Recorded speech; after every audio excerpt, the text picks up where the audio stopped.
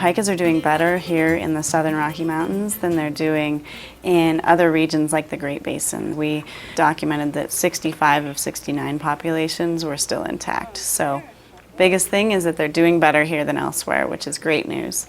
But the other main point is that those places where pikas were missing here in the Rockies, it wasn't a random pattern. The places where pikas were missing were the driest locations, or among the driest locations.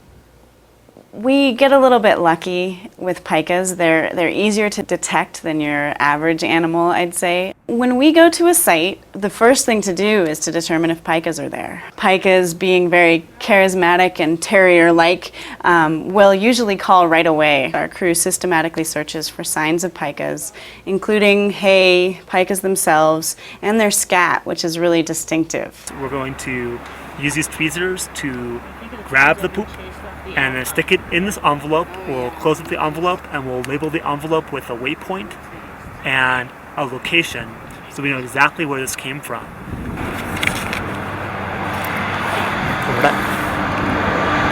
Since they don't hibernate, they have to collect food that they feed off of in the winter.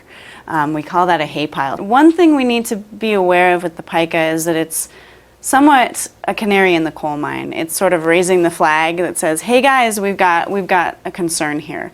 While the loss of a pika isn't going to affect our everyday lives, the things that are leading to the loss of the pika, for example, loss of snowpack, is something that directly affects our water sources. So it's really an indicator saying, hey, the watersheds could be in trouble, for example. So it's something we need to monitor, be careful to keep an eye on, especially in those locations that might be getting hotter or drier.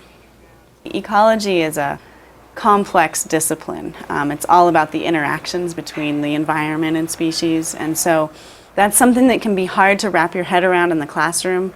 And when you get out there, you start to realize, oh, here's a really wet area and the plants look different here than they do over there. Oh, and the pikas tend to live closer to that wet stuff. You can put all that together in the field in a way that I don't think you can in the classroom.